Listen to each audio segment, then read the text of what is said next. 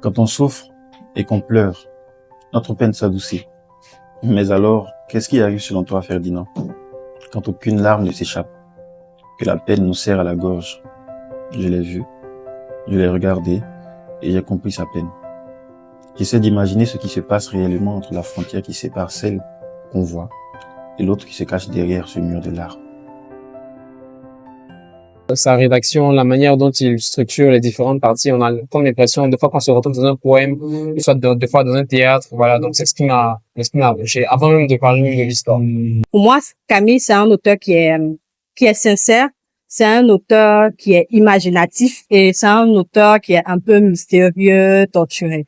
Le mot qui décrirait le mieux le style de Camille Hano, je dirais particulier. Je le reconnais un peu dans ses personnages parce que pour moi, un écrivain, en fait, c'est quelqu'un, en fait, qui influence son personnage et son personnage l'influence. Donc, il y a une relation de donnant où chacun, en fait, donne une part de lui-même à l'autre. Vous les avez écoutés et je parie que vous voulez en savoir plus. Alors, bonne nouvelle. Nous avons réuni aujourd'hui Camille Hano et ses lecteurs pour parler plus en détail de ses œuvres, principalement de Gezo Agouda et de Les yeux mouillés. Vous aurez aujourd'hui beaucoup de détails. Pourquoi est-ce qu'il nous sert ce type d'écriture? Les questions que vous vous posez aujourd'hui, vous aurez des réponses. Alors, restez connectés.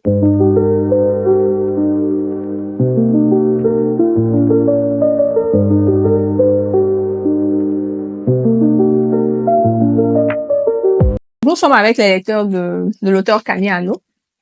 Donc, l'idée ici, c'est d'avoir un avis sur sa seconde œuvre avant de parler de sa nouvelle œuvre. Donc, déjà, nous sommes avec Yann. Voilà, donc Yann, tu as lu Gezo, oui, n'est-ce pas? Moi, j'ai beaucoup aimé le livre. Hein. Oui. C'est d'ailleurs ce qui m'a poussé à ne pas, je vais dire quoi, douter lorsque j'ai vu la nouvelle œuvre. Oui. Donc moi, je voulais savoir ce que tu as aimé, ce que tu n'as pas aimé surtout, parce que généralement, on est plus focus sur ce qu'on a aimé. Je suis Yann Aouli, étudiant en finance comptabilité au centre de préparation au diplôme d'exercice comptable. Voilà. Donc, pour ma première lecture de Camille Hano, j'ai très bien apprécié l'œuvre. Pourquoi? Parce qu'il y a beaucoup d'indices, beaucoup d'intrigues aussi. Ça sort de l'ordinaire. C'est pas comme les œuvres qu'on a l'habitude de voir où dès la première page, tu sais déjà ce qui va se passer jusqu'à la fin. Donc, c'est très entraînant, il faut l'avouer. Donc, j'ai très apprécié. Oui, merci. Tu as aimé Gezo? Oui. Moi, j'ai pas aimé Gezo.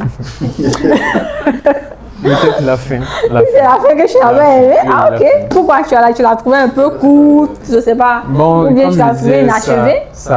Oui, inachevée. Inachevée, qui est comme tout le monde. Et ça sort de l'ordinaire, c'est pas les histoires avec les bonnes fins. Voilà, ils vécurent enfants, ils ont eu beaucoup. Enfin, ils vécurent heureux et firent beaucoup d'enfants. Non, c'est pas ça, c'est totalement différent. Okay. Voilà, c'est ce qui m'a fait un peu détester l'œuvre. D'accord, il n'y a pas de souci. Okay. Christina d'abord, la féminine, tiens. Donc, je suis Christina, je suis amie à Camille et puis dans la vie active, je suis chargée de communication. Donc oui, j'ai lu Gezo Agouda. En fait, ce qui m'a plu chez Gezo Agouda dans l'œuvre, en fait, c'est que je me suis attachée, on va dire, à l'antagoniste.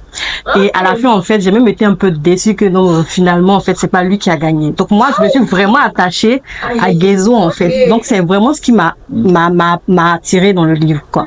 Et puis j'ai aussi aimé en fait ces petits clins d'œil qu'on a fait en fait aux faits historiques et autres. En fait, j'ai pu apprendre en fait sur sur des histoires qui concernent les Africains et autres. Et bon, après on n'est pas déçu parce que c'est du Camille quand même. Ah ouais, du Camille, ça ressemble à quoi? Bon, moi en fait ce que je veux. Ah mais je vous ai pas dit que nous sommes avec l'auteur. Donc avant de peut-être de parler avec l'auteur, nous allons parler avec Serge. Donc Serge va me dire. Serge, non? Il va me dire en fait. J'espère que lui va en ce qui concerne Gezo Agouda, bon, je vais pas revenir sur ce qu'on a tous aimé, mais je dirais au niveau de l'écriture, bon, j'ai senti beaucoup de déconstruction. On a l'impression, souvent on se dit qu'on est dans un roman et finalement on a des traits, des scénarios, on a l'impression qu'on est dans un film. On a même l'impression, je pense que le suspense aussi a travaillé beaucoup sur ça, mais il y a tellement de choses, on n'arrive pas à respirer. Franchement, on respire. Oui, franchement. Donc, Avec Camille Hano. franchement, si tu n'as pas le cardio pour, c'est compliqué. Si tu n'as pas le cardio pour, c'est compliqué. Donc, c'est ça. Après, si je veux rebondir sur le fait que la fin a été quand même pas très aimée, moi j'ai beaucoup aimé. Après, on veut sortir quand même de l'ordinaire. On a tellement vu des histoires qui se terminent très bien. Et si je veux dire le personnage que j'ai pas aimé, c'est vraiment Gizou. Parce que pour moi, il prend la forme d'un autre. Et franchement, ça, c'est juste. Gizou qui rendait service à son Waouh! D'accord. Donc, comme je le disais tantôt, on a l'auteur avec nous. Mais moi, je veux pas que l'auteur nous parle beaucoup de Gezo Aguda, mais savoir est-ce qu'il y a un lien entre Gezo et sa nouvelle œuvre. Genre, ce que je veux dire, c'est que, est-ce que, en écrivant Gezo, à la fin de Gezo, peut-être l'auteur s'est dit, bon, ma nouvelle œuvre là, je vais commencer comme ça pour ne pas, on ne va pas parler de là, on va pas spoiler pour ne pas que les gens sachent exactement de quoi est-ce qu'on parlera après, mais Bien sûr. peut-être dire quelques mots sur Gezo, mais pas totalement, mais surtout nous dire est-ce qu'il y a un lien entre ça et ça a été, enfin, je dirais, il y a eu un déclic à la fin, parce que bien évidemment, la fin, reste peut-être moi, je dirais, c'est inachevé pour moi, certains diront que c'est une très belle fin. Est-ce que cela a influencé l'écriture de Les yeux mouillés, par exemple? Ok. Après, j'aimerais pas qu'on reste sur la notion d'inachevé, parce qu'elle est voulue. Ok. C'est un balai. Tu aurais senti une continuité si on avait sorti un livre que j'ai partagé à mes proches, que j'avais intitulé Balade inachevée. Je comprends en fait qu'on était dans une cadence. Mais bon, vas-y, on n'est pas là pour ça. Ok. Cela dit, est-ce que Les yeux mouillés, c'est une suite, en fait, à Gezo Aguda? Non, est-ce que Je ça, ne dirais pas ça. ça a Tu vois. inspiré? Est-ce que ça a inspiré? Pas particulièrement. Ok. Pas particulièrement parce que là, on est vraiment sur deux sujets différents. Cela dit, le lien qu'il peut y avoir, en fait, entre ces deux ouvrages-là, pour ceux qui connaissent, en fait, ma bibliographie, c'est qu'ils deviennent support à un moment donné. Ok. C'est que tu sens que, à partir de ces deux œuvres-là, la fiction que je fais, Ok. elle n'est pas que fiction, elle n'est pas que intrigue, elle n'est pas que film qu'on relate. On a un sujet central qui est porté, en fait, par ces fictions-là. Ok. Avec Gezo, c'était vraiment, en fait, l'histoire des Aguda. Quand tu finis, en fait, de lire le thriller de Gezo, ce qui s'est passé et tout ça, à la fin, tu sais néanmoins, en fait, que tu as appris une histoire qui est vraie. C'est les Aguda. Quand tu vas lire Les yeux mouillés, tu vas te rappeler que il faut pas rester indifférent. Il y a cette phrase-là qui revient et qui est pour moi l'une des plus emblématiques, c'est « Je l'ai vu et j'ai su ». Tu vas lire une belle histoire, mais quand tu vas les voir, tu vas savoir. Un peu comme Kinema, qui, dans son déclic, quand elle est accompagnée par Ama sur l'autoroute, elle dit « Ah, mais c'est vrai ». Moi, je les voyais, mais je ne savais jamais. Ok. Comment tu as fait pour voir juste en les, enfin, comment tu as fait pour savoir juste en les voyant? C'est ce déclic-là, justement, que lui crée. Ok. Et ça, en fait, que les gens vont retenir, selon moi, qui doivent retenir. D'accord. Donc, en parlant, tu as dit un mot sur lequel j'ai une théorie. Donc, avant de continuer, j'aimerais bien, Ok. en fait, j'aimerais bien avoir la légitimité de le dire. Donc, Dis-moi. pour moi, après avoir lu, parce que moi aussi j'ai lu, hein, c'est pourquoi je dis que je n'ai pas aimé Gezo. Of Voilà. course. Donc, T'as pas aimé le non, je livre, n'ai pas, en fait? j'ai aimé le livre, Ok. mais je n'ai pas aimé Comment ça se dit? le personnage Gezo. Ah, ok, Voilà, ok, c'est ce le que je voulais personnage. dire. Le personnage. Voilà, donc moi je dis, aujourd'hui, si on me demande en fait quel est l'auteur, enfin, est-ce qu'il y a un auteur ivoirien qui fait des trucs là, Ok, je dirais Camille Hano.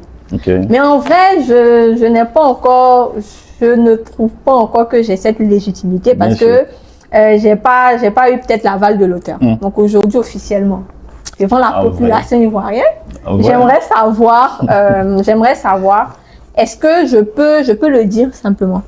Et enfin, si je dois argumenter en utilisant Tu les mots de peux, l'auteur. je ne cataloguerai pas mon écriture de thriller. Ok. Quoi qu'il en soit, ça y apparaît. Il y a cette part, en fait, de... Bon, enfin, je ne vais pas citer la couleur, mais c'est la vie en elle-même, fondamentalement. Vu que mes œuvres, même si elles sont des œuvres de fiction, elles sont ancrées aussi dans la réalité, tu vois. Ce sont des créations originales, mais qui sont ancrées dans la réalité.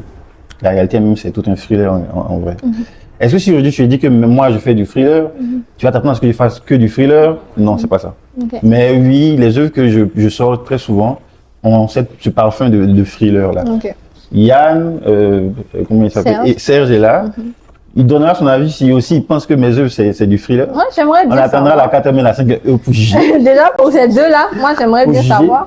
Et puis, bah, Je pense que Deux-là, moi, j'aimerais bien savoir. c'est vraiment ce que je peux dire aussi. C'est que, franchement, ça tardait actuellement à le dire. Mais déjà, si moi, c'est que moi-même je l'ignore encore. ah, ok, mais si moi, déjà, on me demande, quelqu'un me demande, par exemple, de recommander des thrillers, je peux dire. Je Tu peux peux. dire, non? Parce qu'effectivement, t'es même pas la seule qui le dit. Tu prends Lévy. Ok. Lévy dit clairement que Guézo c'est un thriller en fait psychologique. Ok. Tu vois. Et ça l'est légitime. C'est D'accord, légitime. donc j'ai la légitimité. Bien Merci beaucoup. Alors, donc, on peut parler librement Des yeux de- mouillés, les yeux mouillés. of course. Alors, comment les yeux mouillés est né? Comment est-ce que les yeux mouillés, Oui. c'est né? C'est un coup de chance, un coup de la vie. Ok. C'est un regard, c'est deux yeux qui se croisent. Fondamentalement, j'avais pas prévu les yeux mouillés. Ok. Le film, à la base, dans sa première version, s'appelle Motier. Tu vois. Et quand j'ai l'idée de l'écrire, je suis en train de finir Rita de la Boumée. Parce qu'à la base, moi-même, je fais que des œuvres de fiction.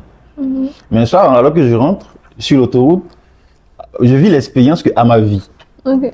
Je croise le regard de cette fille-là. Et comment est-ce que je le croise justement? Posé. Donc, si quelqu'un va l'entendre Ama, tout ça, ce sont des personnes qui sont dans le livre. Ce ne sont pas des personnes qui sont Ouais, avec c'est vrai. nous ici. Ok. Je rentre, je suis sur l'autoroute, et je vois cette fille-là qui se démerde entre les voitures. Ça klaxonne de partout, elle est perturbée. Et le seul moyen qu'elle a en fait de se retrouver, c'est vraiment les klaxons en fait qui l'orientent. Je marque une pause, je suis dans l'embouteillage, je la regarde, et moi de nos regards se croisent. C'est bizarre, mais je l'ai vu et j'ai su. Ok. J'ai compris. Et quand je suis rentré, it was like, écrit son histoire. J'écris, et le lien entre son histoire et celle de Rita se crée naturellement. À celle-là vient se greffer celle de Ama. Et fondamentalement, ses yeux étaient mouillés.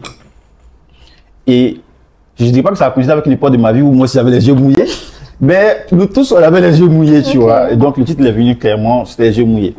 Et je peux aussi t'expliquer hein, techniquement ce que ça veut dire les yeux mouillés. Ok. On pourra en parler en fait en détail au cours en fait de la discussion. Mais tu vois, la douleur, et d'ailleurs c'est écrit dans le livre, il y a un paragraphe qui l'écrit, la douleur et le besoin de pleurer. Il y a des moments où pleurer devient en fait salutaire. Mais qu'est-ce qui se passe quand tu n'arrives pas à pleurer? Moi j'ai déjà connu des périodes où tu as mal, De pleurer. tu as besoin de pleurer. Si tu pleures, tu vas te sentir déchargé, tu vois. Mais nothing comes. Il n'y a aucune âme qui descend. Tu sens que c'est là, tu vois. Ça ne coule pas. Et parfois même, tu ne peux pas parce que tu n'arrives pas, mais tu sais que tu ne peux pas. Parce que c'est clair devant toi. C'est de ta faute ou c'est de la faute de telle personne. Ou en fait, c'est... Et puis on grandit. Quand on est jeune, c'est plus facile de pleurer. Mais plus on prend de l'avance sur la vie, tu n'as pas le choix, tu n'as pas le temps. Il faut que tu te reconstruises rapidement. Et tes yeux restent mouillés tout le temps. Ah C'est un peu tout ça. De pleurer. D'accord. Tu as parlé du besoin de pleurer.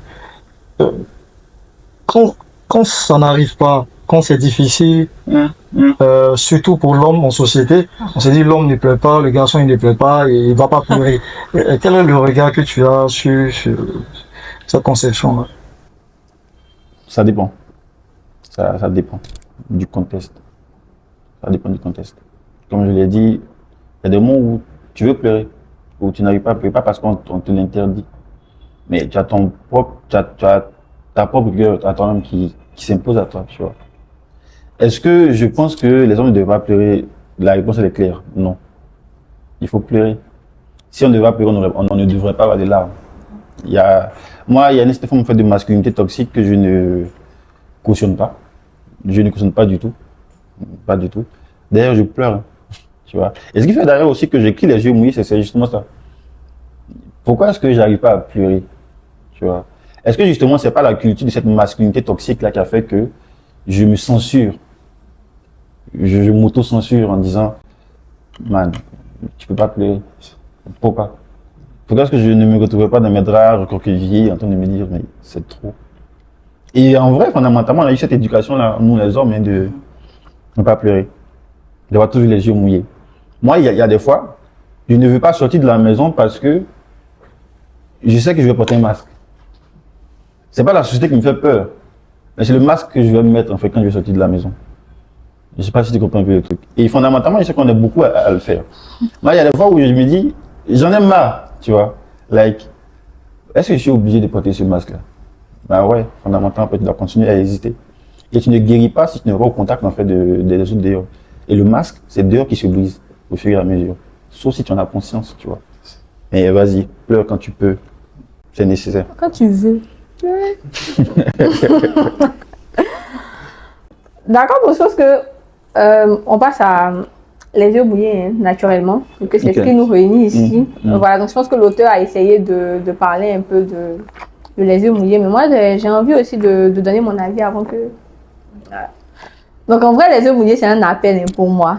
Donc comparé à l'œuvre dont on vient de parler, moi j'ai aimé du début à la fin. Okay. Peut-être que je n'ai pas aimé encore l'homme dans le livre, mais je pense qu'il a été au cœur de toutes les histoires. Je pense que c'est le lien particulier en fait entre toutes les personnes de ce livre ou tous les personnages de ce livre-là. Et voilà, pour moi, c'est comme l'auteur l'a dit, ça traite de quelque chose, c'est adossé à quelque chose et la cause dont on parle est noble. Parce que bien évidemment, on ne les voit pas toujours comme ça. C'est vrai qu'on passe, mais on ne les voit pas. Donc après avoir lu ça, j'ai eu un autre regard en fait sur ces personnes-là ou sur ces femmes-là principalement qui sont au bord des routes à vendre. Qu'est-ce qu'elles vendent ou pourquoi est-ce qu'elles vendent? C'est généralement la question que tu te poses en fait.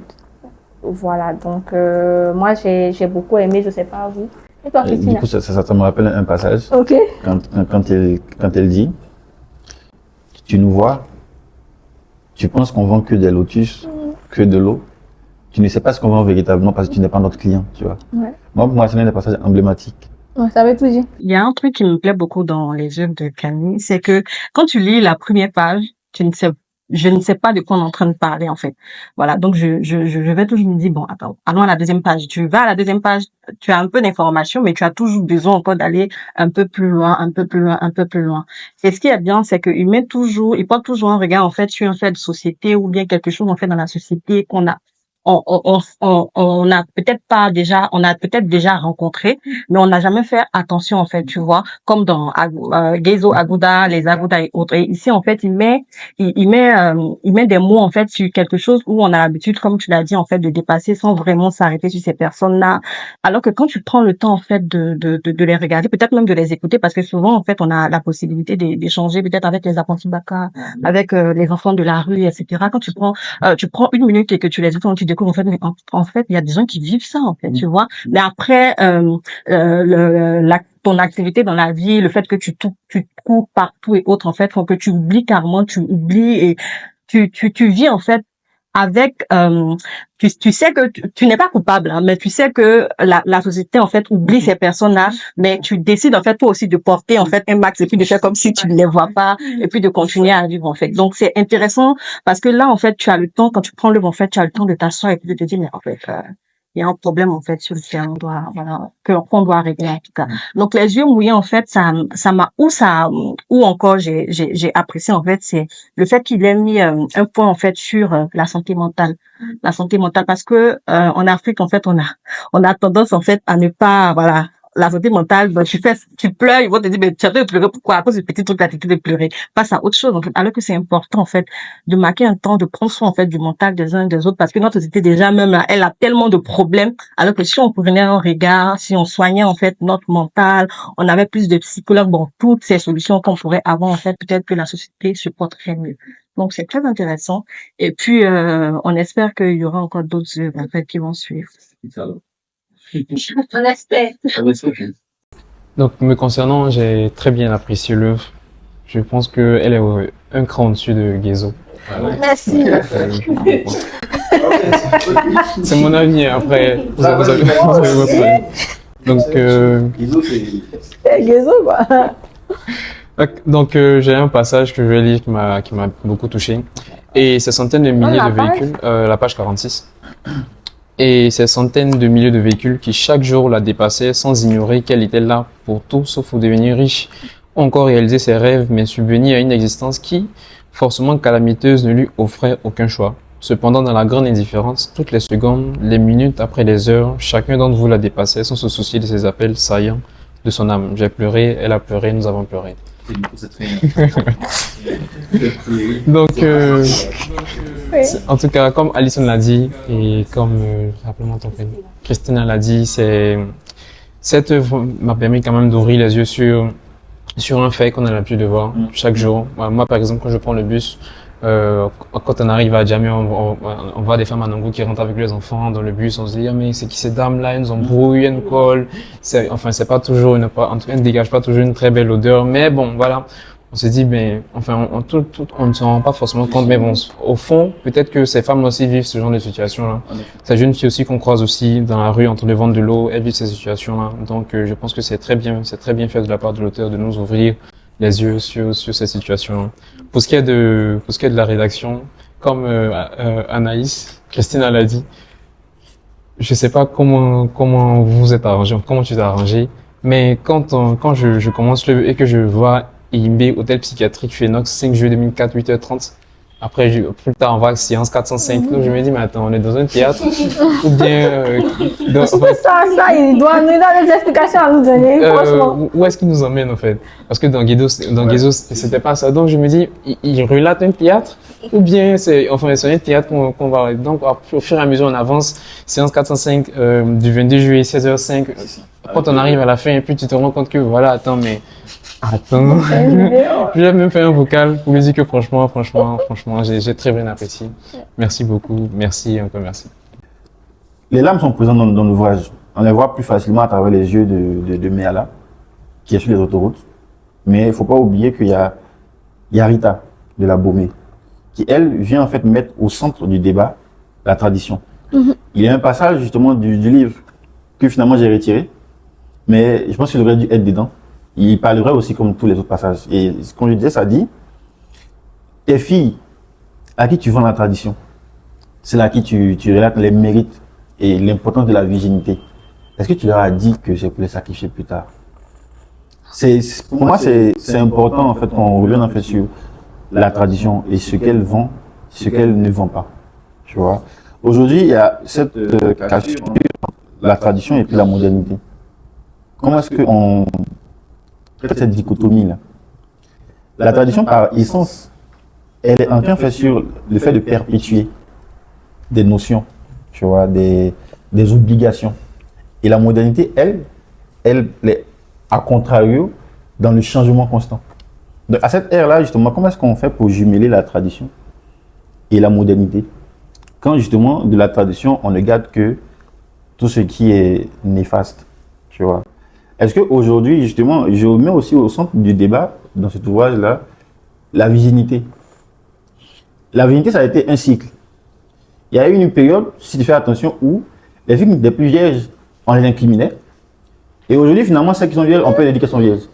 Là, je suis pas IRA, tu vois, je sais pas à la page et tout ça. Pourquoi est-ce que fondamentalement, est-ce qu'on plébiscite la virginité? On va le dire, d'accord. Mais est-ce que la virginité fait ma valeur réelle? Est-ce qu'on doit me juger sur le fait que quand je passe sur un cheval, il se lève ou bien il ne se lève pas? La tradition, in fine, qu'est-ce que c'est, si on doit y revenir?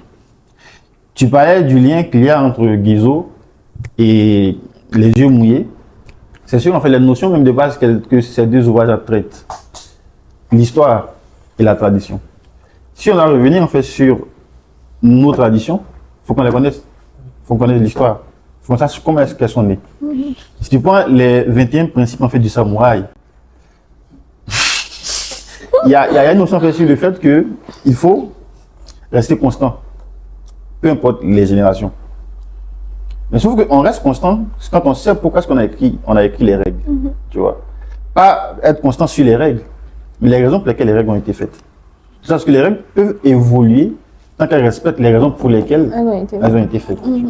Sauf que justement, tu as l'impression que la tradition, elle est restée sur les règles, mais pas les raisons pour lesquelles les règles ont été éditées. Le contrat social ne peut pas fonctionner. C'est un peu ça, en fait, que l'ouvrage aussi essaie d'exprimer. Mais comme je le fais à travers de la fiction, vu que tu ne peux pas venir écrire un essai sur la tradition qui va lire. Et à la base aussi, moi, mon écriture, c'est de la fiction. Moi, quand je commence à écrire, j'avais fini de lire en fait l'Attila Noir J'ai fermé la page, j'ai fait waouh, quel beau livre. Pourquoi j'ai arrêté de lire? Et c'est ce sentiment-là que je veux donner à mes lecteurs quand j'écris.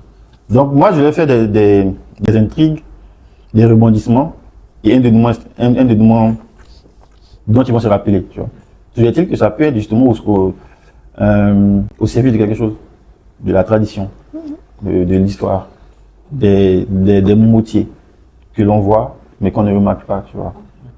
Et finalement, quand tu prends les yeux mouillés, le livre est construit en fait sur deux notions, la tradition et le mensonge. Tu as deux traditions dedans et tu as un mensonge. Tu as la tradition à laquelle Rita de la Baumée est liée, tu as la tradition à laquelle Méala est liée, tu as le gros mensonge, tu vas fonder même l'existence en fait de Hama. Je ne sais pas si tu vois. Et c'est vraiment ça. Moi, je veux, à travers cet ouvrage-là, fondamentalement, remettre au centre du débat la tradition, son lien avec la modernité. Comment est-ce qu'on y retourne? Qu'est-ce qu'il faut délaisser ou conserver? Comment même il faut explorer la modernité? Remettre au centre du débat aussi l'importance de la virginité, sans forcément en fait incriminer qui que ce soit.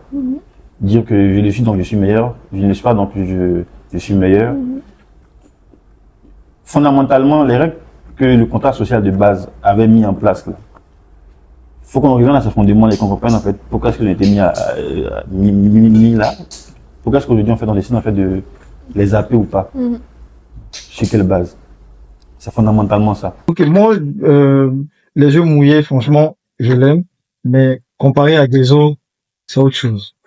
Voilà. Maintenant, moi, ce que je remarque aussi, c'est que les yeux mouillés, au-delà du titre qu'on retrouve, on a l'impression que c'est une invitation à utiliser tous nos sens, pas que les yeux. Parce que quand tu parlais, tu disais que je l'ai vu, je suis. Mais on peut aussi voir d'une autre manière. Voilà, on peut voir par le toucher, on peut voir aussi par le cœur, on peut voir aussi par l'oreille. Et effectivement, là, tu dis, dans mon dialecte, à la page 18, dans mon dialecte, on dit plutôt à moitié, ce qui signifie écoutez ou faites attention, car c'est la loi de l'autoroute. Vous n'avez peut-être pas Dieu dans le dos, mais vous avez deux oreilles. Donc, d'une certaine manière, il n'y a pas que les yeux, mais il y a aussi tous les sens, voilà, humains qui sont convoqués, je dirais dans l'eux, et qui aussi permettent d'exprimer notre sensibilité, cette humanité-là qu'on a. Je suis d'avis avec toi. Un autre paragraphe qu'il a retiré, c'est il y a une sorte en fait de satire sur la voix des sans-voix. À quel moment je t'ai dit que je n'avais pas de voix? Et le message que tu es parti transmettre là, à quel moment tu m'as demandé? Parce que finalement, les voix des sans-voix ne savent même pas qu'elles ont été interviewées. Hein. Donc là, il y a un appel où il demande, il est où la voix des sans-voix? Je veux le voir. Mais bon, j'ai retiré ça du livre. Tu as raison, ça a un appel aussi à tous nos sens. Et justement, en fait, à la sensibilité qu'on a les uns envers les autres. Surtout même un rappel de notre indifférence. Les yeux mouillés, c'est like. Coucou, tu es indifférent. C'est tout ce que ça veut dire en fait, tu vois. Hello, tu es indifférent. Moi comme toi, bien évidemment. Mais rappelle-toi qu'il y a des gens à côté de toi qui vivent, qui ont besoin de toi. Et le problème, c'est que on ne fait pas exprès. La société, par défaut, elle a construit des cases. Le riche, il n'a pas conscience en fait de ce que le pauvre vit. Même quand on lui en parle, il ne peut pas réaliser. Tu as l'impression qu'on est dans des matrices séparées. Je ne sais pas si tu comprends. Alors qu'on se fout de la même manière. Hein. Lui, quand il quitte au boulot, alors qu'on a crié sur lui, qu'il a mal avec une voiture climatisée, il pense qu'il souffre. Souvent, même quand il voit la fille qui vient taper à sa portière, là, il est énervé, il veut dire dégage. Tu vois. C'est juste qu'il n'a pas fait de pause. Il a regardé et comparé leur vie. J'incrimine personne. Moi-même, j'ai fait des années à les dépasser sans m'en rendre compte.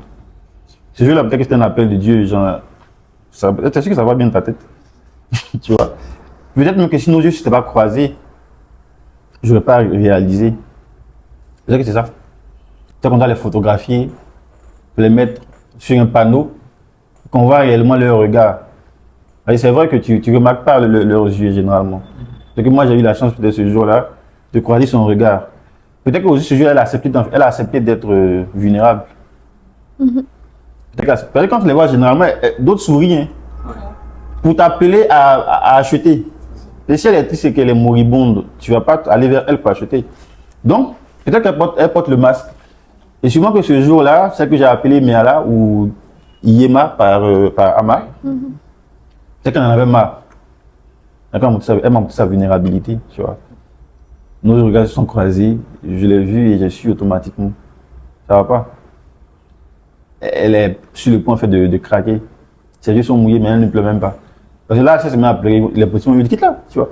Peut-être même quand elle pleure parce qu'elle sourit, on pense qu'elles sont là juste pour amuser la galerie. Il y a tout ça. Le problème, il est où? Est-ce que ce sont elles qui n'ont pas un bon système commercial? Est-ce que c'est nous qui sommes indifférents? Parce que c'est la vie qu'elles mettent en danger.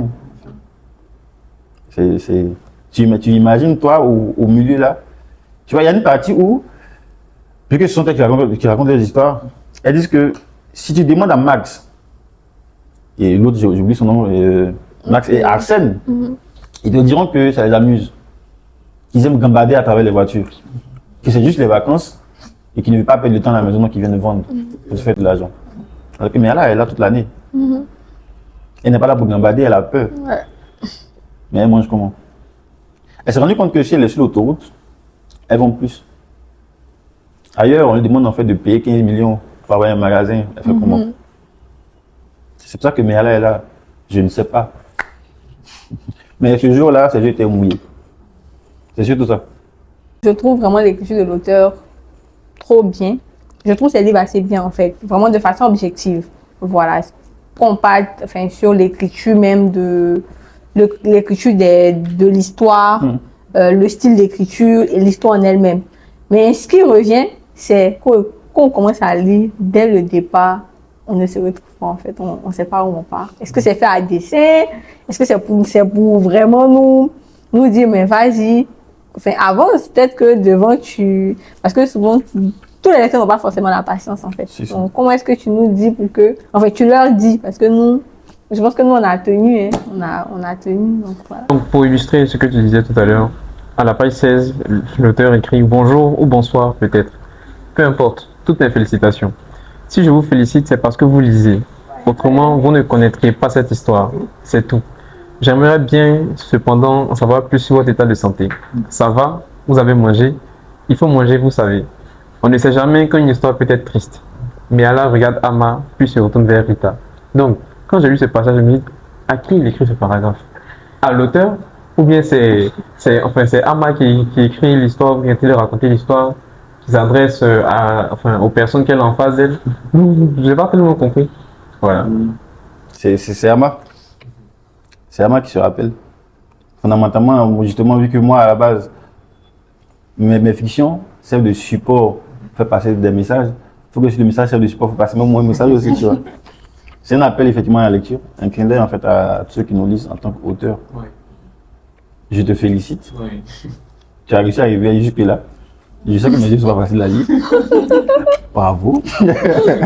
Continue comme ça. Et de tu vas avoir une belle surprise. Je sais que mes œuvres, au commencement, elles sont Et d'ailleurs, pour revenir à ceux qui ont l'habitude de... Enfin, ceux à qui je raconte mes histoires avant de les écrire, mes œuvres, quand elles sortent là, comme ça, en vrai, c'est la 15e version. Hein. C'est qu'on a dû diluer. Mais c'est pas faire à dessin. C'est pas faire à dessin dans la mesure où, en vrai, le message, le cataclysme, il ne commence pas dès l'apparition en fait, des premières bulles du volcan, tu vois.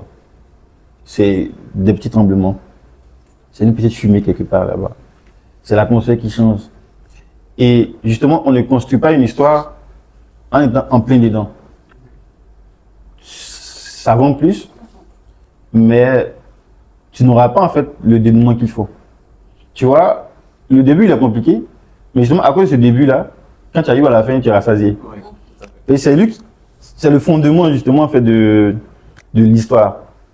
Il participe en fait à l'écriture des différents en fait, on va dire, de la vie des différents personnages. Il faut qu'on les construise. Je te prends Naruto, il faut qu'il y ait une version de Naruto qui vaut rien pour tomber sur le renard à 9 queues, tu vois. Si dès le départ, on tombe en fait dans la partie qui est super intéressante, tu seras content, mais il ne se passe qu'ensuite. Si tu n'as pas vu en fait comment est-ce que les choses sont nées. C'est un peu ça.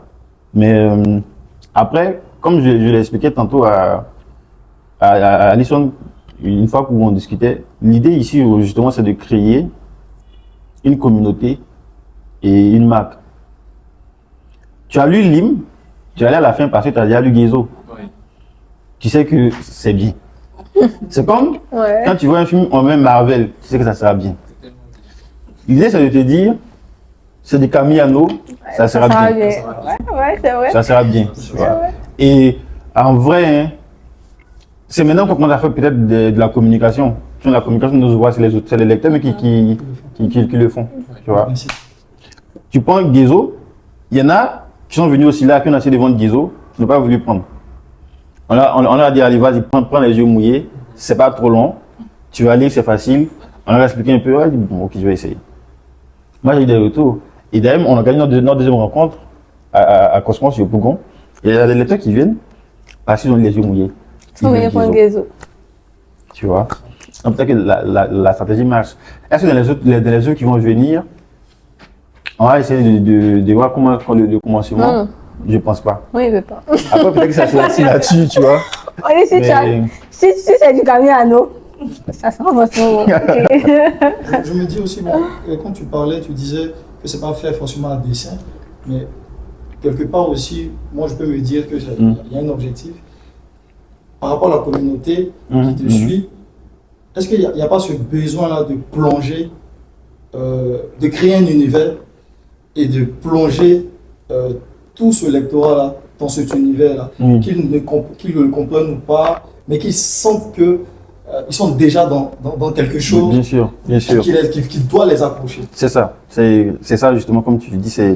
Aujourd'hui, mon lectorat, fondamentalement, quand il prend un livre de Camillano, il sait que ça sera compliqué. Tu vois. Il sait que il va réfléchir. Il y a des gens à qui j'ai dit, mon livre, tu n'as pas encore lu, il a dit, vas-y. J'ai pas encore trouvé un endroit calme pour me concentrer. Tu vois.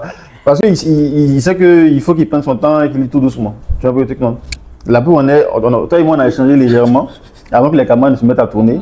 Tu m'as dit que, désolé, mais je pense qu'arriver tout loin parce qu'il faut que je dévore, il faut que je profite. Je te disais que bon, c'est trop difficile pour moi de lire un bon auteur comme ça. C'est ça. Ouais. Je dois forcément prendre le temps de lire et de revenir, peut-être à certains moments. C'est ça.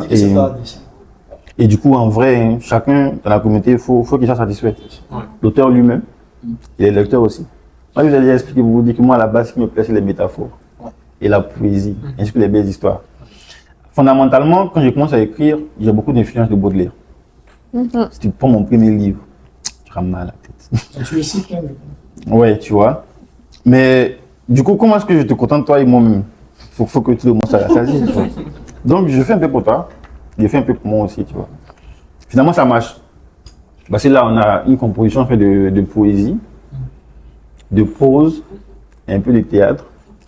Quand on lit Les yeux mouillés, on a, en tout cas pour moi, j'ai l'impression que on ne s'attarde pas vraiment sur la description. Parce que quand on prend Gezo, je ne sais pas si c'est pour éveiller des sentiments, des émotions, mais on a beaucoup de descriptions. Mais ici, on a plus le souci d'emmener le lecteur à découvrir ou bien à rassembler l'épisode. C'est ça, c'est vrai. Et en vrai, Lim, là, Les yeux mouillés, tel que c'est écrit, c'est pas l'auteur qui est en train d'écrire. Sont elles qui sont en train de raconter leur histoire. Tu peux pas me sentir dedans. Tu peux pas me sentir dedans. Là, tu as l'impression que tu as trois jeunes filles qui sont en train de s'amuser et qui crient en fait, enfin, qui sont en train de crier leur peine, qui reviennent en fait sur des faits, qui sont en train de faire, je ne veux pas dire qu'elles font du béret, mais elles te disent en gros ce qu'elles ont vécu. Elles vont pas venir te décrire comment est-ce que la pluie était. Tu vas te dire, mais en tout cas, elle n'a pas assez mal. Le ton, il est plus en fait criard, tu vois, revanchard. Elle est vraiment en train de dire, voici ce que j'ai vécu. Je suis arrivé chez ma tante, je venais pour les études. On m'a dit, coucou, tes bagages dans la cuisine. Je décide de m'enfuir. On m'a dit, coucou, cargo. Je décide de m'enfuir. On m'a dit, coucou, va te faire violer. Tu vois, sa vie est en train de défiler devant elle, c'est qu'elle ne s'en rend compte. Mais dans tout ce tohu-bohu là, elle se rappelle qu'elle a vu des yeux mouillés qu'il faut qu'elle retrouve. C'est ça que je veux que tu retiennes. Je veux pas que tu sois marqué par le fait que j'ai décrit l'odeur de la poussière. C'est pas important à ce moment-là. Je sais pas si tu vois. Ghezo, c'est assez spécial parce que il faut que tu saches qui il est, pas ce qu'on lui a fait. Ici, il faut que tu comprennes ce qu'on lui a fait. Okay. Tu vois, Ghezo, on va t'expliquer que il est entré dans la maison, il s'est faufilé, il s'est assis dans le fauteuil pour attendre la personne. Que la personne est entrée, elle dit coucou, couteau. Est-ce que tu vois un peu le truc? Ici, c'est un peu différent. C'est pour ça que le peloton n'est pas pareil. Ok. Mais ouais, c'est vrai que ça manque de description de lieu, mais pas d'émotion. Non. Pas d'émotion. Ici, on est vraiment plus sur les émotions, tu vois. Et comme je l'expliquais, ce sont eux qui racontent leurs histoires. D'ailleurs, même, j'attendais une question. C'est de dire que pourquoi le niveau de langue il est aussi élevé si elles ne sont pas allées à l'école? Non, mais justement, c'est parce que, si vous faites attention, au moment où elles décident de raconter leurs histoires, qui écrit? Et puis elle signifie, si elle doit étudier. C'est Miala. C'est Miala qui écrit. Miala, elle est partie à l'école. Et pour s'amuser, elle a demandé est-ce que je peux faire des métaphores? On dit nous on écrit, par contre comme tu veux. Parce que je savais que vous alliez venir m'attraper. Je me dis, mais c'est pas à l'école, pourquoi est-ce qu'elle fait des métaphores? Miala est partie à l'école, c'est Miala qui écrit. Donc en même temps, tu vois, parce que quand on raconte leur histoire, il faut que moi aussi je me fasse plaisir. Tu vois. Un peu de métaphores et de poésie. Ouais, en fait. Mais c'est vraiment ça quoi. Donc alors de Ghezo Aguda à Les yeux mouillés, on a toujours cette belle écriture de l'auteur. Voilà, donc je sais que l'auteur peut-être a quelque chose à dire. À la fin, pour les personnes qui n'ont pas encore lu, peut-être qui hésitent. Moi, c'est une invitation à monter dans le train. Parce que là, on est en train de construire un univers. Voilà, c'est depuis Ghezo aux yeux mouillés. C'est vraiment en fait, comment l'expliquer? C'est une famille qu'on est en train de bâtir autour en fait de concepts d'écriture et qu'on retrouve à chaque fois. Et ici, ne nous pète pas dans le temps maintenant, il risque d'être en retard et de ne pas se retrouver à un moment donné. Parce que là, on est entré dans des sagas. C'est comme si à un moment donné, tu te réveilles, on te dit qu'il y a Harry Potter 9 qui est sorti. Il faut que tu partes lire le 1, 2, 3, si tu es perdu.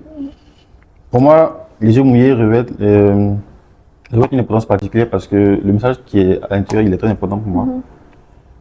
Et pour tous ceux qui vont le lire, tu vois. D'ailleurs, à chaque fois que j'en parle, je demande, est-ce que tu vois les filles qui vont au bord de l'autoroute, là, qui vendent des lotus, des mouchoirs, est-ce que tu te rends compte qu'elles ne vendent pas que ça? Ah ouais, pas bien sûr. Ah bon, quoi. Et tu ne sais pas parce que tu n'es pas leur client, tu vois. Évidemment, quand tu passes, tu ne les remarques même pas. Tu penses qu'elles sont là pour le fun, et elles sont là pour d'autres raisons. La preuve en est, Miala ne s'est même pas retrouvée là parce qu'elle voulait, parce qu'elle y a été contrainte. Le résumé, si je devais dire que j'avais une phrase particulière à retenir, c'est je l'ai vu et je suis. Voilà, j'invite tout le monde à le découvrir, à le lire. C'est fondamentalement un rappel de la tradition, des mœurs qu'on a aujourd'hui, de tout ce que les filles vivent de difficile et de comment est-ce qu'elles sont maltraitées, fondamentalement, par le fait qu'on ne les écoute même pas. Tu vois. Après, si tu prends en gros l'histoire de Miala, elle est fondée sur une petite tradition qui est toute folle. On te dit, si tu viens prendre une fille dans notre famille, que tu pars avec elle, nous, ça ne nous dérange pas. Mais votre première fille, il faut la ramener. Souvent, la tradition, elle a des préceptes assez incongrus, mais qui font la tradition. L'idéal, c'est de comprendre pourquoi c'est fait ici. Voire, on va dire, capitaliser. Voilà. Donc, j'invite tout le monde à découvrir Les yeux mouillés. C'est un très beau roman, qui est facile à lire. Je ne dis pas bien écrit, c'est moi qui l'ai écrit. Mais l'histoire, elle est assez captivante. Voilà. Merci.